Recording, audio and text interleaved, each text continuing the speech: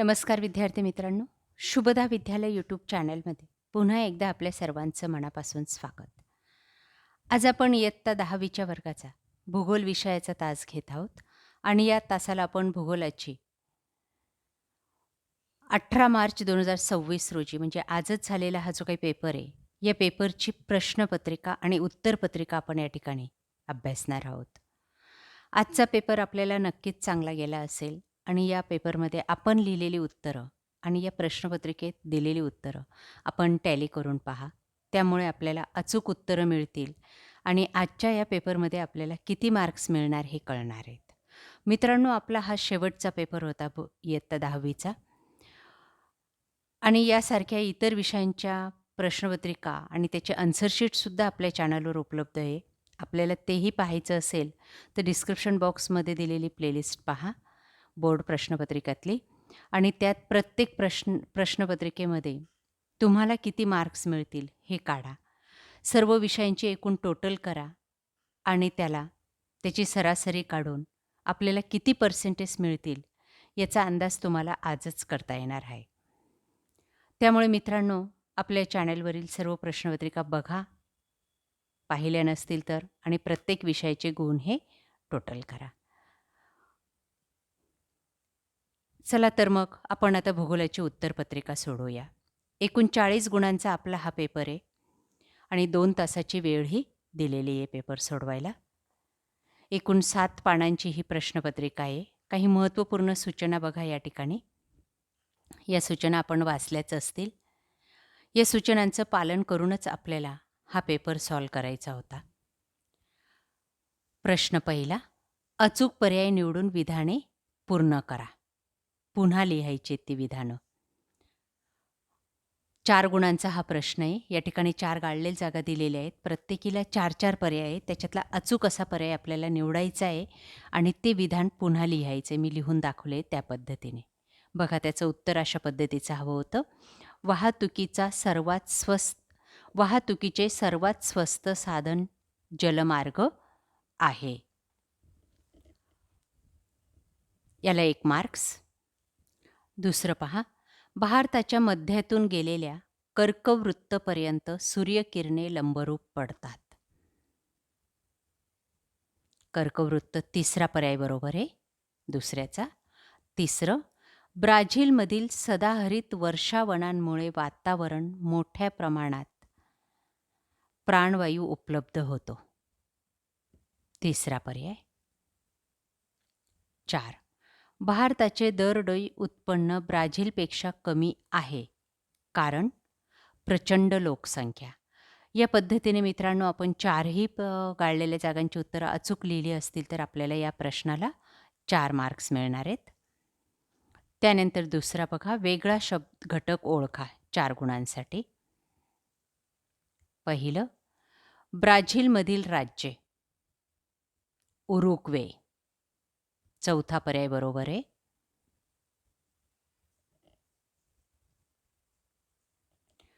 त्यानंतर दुसरं, पठारी प्रदेश. दुसरा पर्याय बरोबर आहे, पॅटॅनल.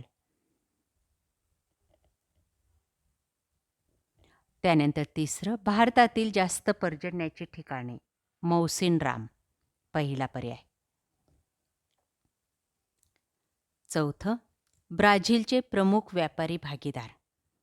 चौथा पर्याय, अमेरिकेची संयुक्त संस्थाने. या पद्धतीने आपण ब भागाला 4 पर्याय अचूक निवडले असतील तर यालासुद्धा तुम्हाला 4 पैकी 4 गुण मिळतील. त्यानंतर तिसरं बघा, चूक की बरोबर ते सांगा. कोणतेही 4. पहिलं, नळदुर्ग किल्ला डोंगरी किल्ला आहे. हे विधान चूक आहे. दुसरं, ब्राझीलमध्ये जगातील सर्वाधिक वनस्पतींच्या प्रजाती आहेत. बरोबर.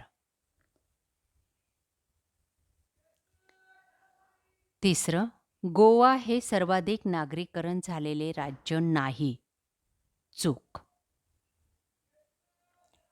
4, ब्राझीलच्या आग्नेय किनाऱ्याजवळ मासेमारी व्यवसायाचे केंद्रीकरण झाले आहे. बरोबर. 5, पर्यटन हा अदृश्य स्वरूपाचा व्यापार आहे. बरोबर. या पद्धतीने आपण प्रश्न तिसऱ्याचे 4ही चुकीबरोबर लिहिले बरोबर असतील, तर आपल्याला या प्रश्नाला 4 पैकी 4 गुण मिळतील. त्यानंतर प्रश्न चौथा, ब्राझीलच्या नकाशा आराखड्यात माहिती भरा व सूची तयार करा. कोणत्याही 4 गोष्टी आपल्याला ब्राझीलच्या नकाशा आराखड्यात दाखवायच्या आहेत. आपल्या पाठ्यपुस्तकामध्ये हा नकाशा आहे.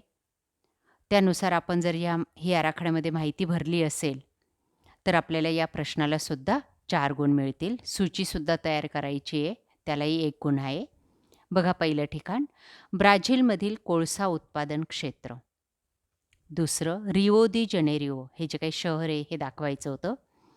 ब्राझीलमधील काटेरी झुडपी वने.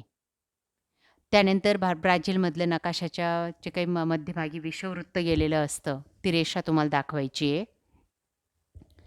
त्यानंतर 5वं, पॅराग्वे नदी. नदीचा प्रवाह दाखवायचा आणि पुढचं आहे सर्वात कमी नागरीकरण झालेलं राज्य, ते दाखवायचं आहे.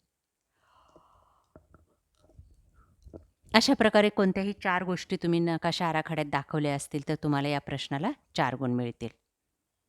त्यानंतर आ भाग. खालील भारताच्या नकाशाचे वाचन करून त्याखालील प्रश्नांची उत्तरे लिहा, कोणतेही 4. 4 गुणांसाठी आपल्याला भारताचा प्रमुख नद्या व सरोवरे हा नकाशा दिलेला आहे, त्याचं आपण वाचन करायचं आहे काळजीपूर्वक. आणि त्यानंतर या नकाशावर आधारित जे काही 3 प्रश्न आपल्याला विचारलेले आहेत, एकूण 5 प्रश्न विचारलेले आहेत. त्या 5 प्रश्नांपैकी कोणत्याही 4 प्रश्नांची अचूक उत्तर आपल्याला द्यायची आहेत. तेव्हा आपल्याला या प्रश्नाचे 4 गुण मिळणार आहेत. बघा ते प्रश्न. पहिला, भारतातील अतिउत्तरेकडील सरोवराचं नाव, ते आहे उलर. दुसरं, मध्य भारतातील प्रमुख पश्चिम वाहिनी नद्या कोणत्या? नर्मदा आणि तापी. तिसरं, कावेरी नदीचे उगमस्थान कुठे आहे? ब्रह्मगिरी. 4, मनास ही कोणत्या नदीची उपनदी आहे? ब्रह्मपुत्रा. आणि 5वं, वरील नकाशा काय दर्शवतो? प्रमुख नद्या व सरोवरे दर्शवतो. या पद्धतीने आपण उत्तरं लिहिली असतील तर या प्रश्नाला सुद्धा तुम्हाला 4 गुण मिळतील. त्यानंतर प्रश्न 5वा बघा, भौगोलिक कारणे लिहा, कोणतेही 2. मित्रांनो, 6 गुणांचा हा प्रश्न आहे आणि 4 प्रश्न तुम्हाला दिलेले होते. त्यापैकी कोणत्याही 2 प्रश्नांची सविस्तर अशी कारणं आपल्याला लिहायची आहेत. कमीत कमी 3-3 कारणं लिहिणं गरजेचं आहे. तेव्हा आपल्याला 3 पैकी 3 गुण त्या एका प्रश्नाला मिळतील. बघा आता हा पहिला प्रश्न, ब्राझीलमध्ये नियमित हिमवर्षाव होत नाही. कारण ब्राझील हा देश उष्णकटिबंधात येतो, हे पहिलं कारण लिहिणं गरजेचं आहे. दुसरं, येथील हवामान वर्षभर उष्ण व दमट असते. आणि तिसरं हवामान, ब्राझीलमधील फक्त काही भागात कधीतरी हिमवर्षाव होतो. त्यामुळे ब्राझीलमध्ये नियमित हिमवर्षाव कधीही होत नाही, हे कारण लिहायचे. दुसरं, भारताच्या लोकसंख्येची सरासरी घनता जास्त आहे. त्याचं कारण, भारतात सुपीक जमीन, मुबलक पाणीपुरवठा आहे. दुसरं, त्याचबरोबर भारतातील हवामान मानवी विकासास उपयुक्त आहे. तिसरं, भारतात शेती आणि उद्योगधंद्यांचा विकास मोठ्या प्रमाणात झालेला आहे. त्यामुळे भारताची लोकसंख्येची घनताही जास्त आहे. तिसरं, पाण्याची उपलब्धता हा लोकवस्तीत चालना देणारा प्रमुख घटक आहे. बघा त्याचं उत्तर. मानवाला पिण्यासाठी, शेतीसाठी पाण्याची नितांत गरज असते. त्यामुळे ज्या ठिकाणी पाण्याची उपलब्धता आहे, त्याच ठिकाणी लोकवस्ती आपल्याला दिसून येते. त्यामुळे पाण्याची उपलब्धता जेथे अधिक, तेथे मानवी वस्त्या अधिक उपलब्ध, विकसित होतात. म्हणूनच पाण्याची उपलब्धता हा लोकवस्तीत चालना देणारा प्रमुख घटक आहे. चौथं, भारत व ब्राझील या दोन्ही देशांमध्ये मिश्र अर्थव्यवस्था आहे. कारण या देशात खाजगी व सार्वजनिक क्षेत्र एकत्र काम करतात आणि ज्या ठिकाणी खाजगी व सार्वजनिक क्षेत्र एकत्र काम करतं तेथे मिश्र अर्थव्यवस्था असते. म्हणून भारत व ब्राझील या दोन्ही देशांमध्ये मिश्र अर्थव्यवस्था दिसून येते. त्यानंतर प्रश्न 6वा अ भाग 6 गुणांसाठी. बघा सूचना. खालील सांख्यिकीय माहितीच्या आधारे रेषालेख तयार करा व खालील प्रश्नांची उत्तरे लिहा. बघा आपल्याला रेषालेख तयार करायचा आहे. भारत आणि साक्षरता प्रमाणाचं टक्केवारी काढायची आपल्याला.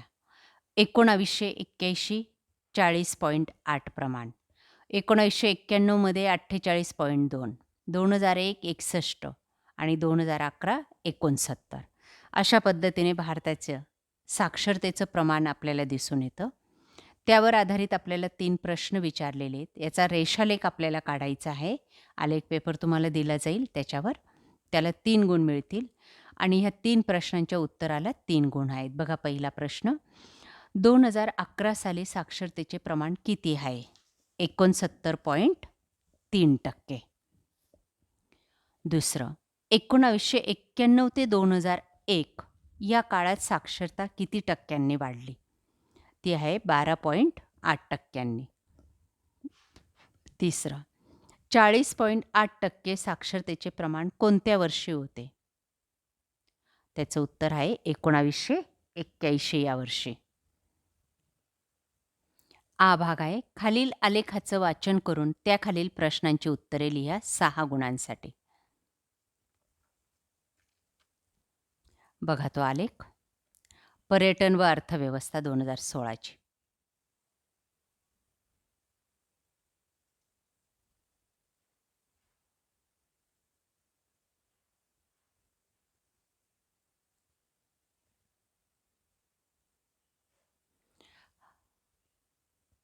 पर्यटन व्यवसायात गुंतलेली लोकसंख्या आणि एकूण राष्ट्रीय उत्पादनात पर्यटन व्यवसायाचे योगदान यावर आधारित आपल्याला या ठिकाणी जोडस्तंभालेख दिसत आहे. एक्स आणि वाय अक्ष दिलं आहे बघा.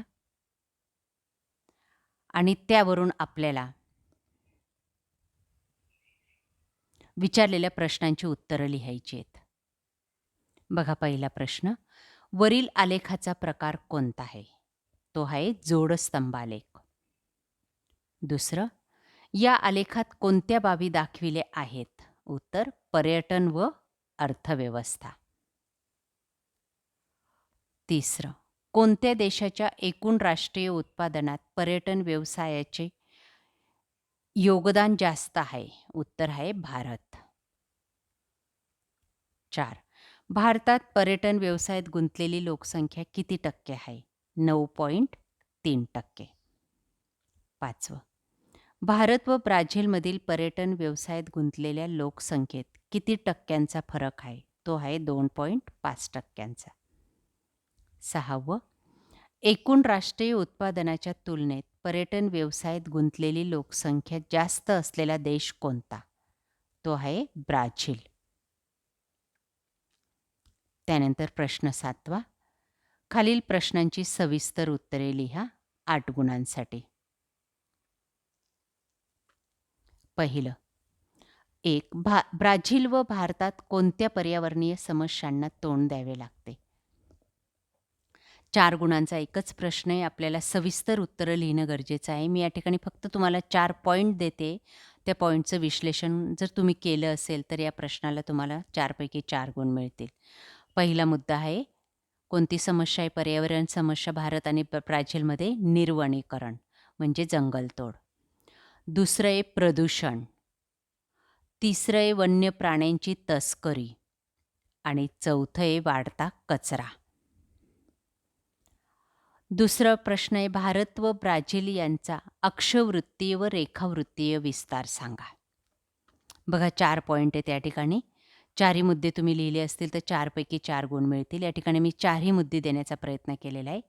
बघा भारताचा अक्षवृत्तीय विस्तार आहे 8°4" उत्तर ते 37°6" उत्तर अक्षवृत्त आणि रेखांश आहे 68°7" पूर्व ते 97°25" पूर्व रेखावृत्त. हा झाला भारताचा अक्षवृत्तीय आणि रेखावृत्तीय विस्तार. आता आपण ब्राझीलचा पाहू. ब्राझीलचा अक्षवृत्तीय विस्तार 5°15" उत्तर ते 33°45" दक्षिण अक्षवृत्त. तर ब्राझीलचा रेखावृत्तीय विस्तार 34°47" पश्चिम ते 73°48" पश्चिम रेखावृत्त. तिसरं, ऐतिहासिक स्थळांचे संवर्धन करण्यासाठी तुम्ही कोणते उपाय सुचवाल? त्याचं उत्तर आहे जनजागृती, स्वच्छता मोहीम, कठोर कायदे, देखभाल आणि दुरुस्ती आणि नियमन. हे सर्व उपाय आपल्याला सुचवता येतील. अशा प्रकारे विद्यार्थी मित्रांनो, आज आपण इयत्ता 10वीचा भूगोल विषयाची 18 मार्च 2026 रोजी झालेल्या पेपरची उत्तरपत्रिका आपण या ठिकाणी सोडवलेली आहे. आपल्याला हा व्हिडिओ नक्कीच उपयोगी ठरणार आहे. यासारखे नवनवीन व्हिडिओ पाहण्यासाठी आपल्या चॅनलला सबस्क्राईब करून बेल आयकॉनवर क्लिक करा. Thank you.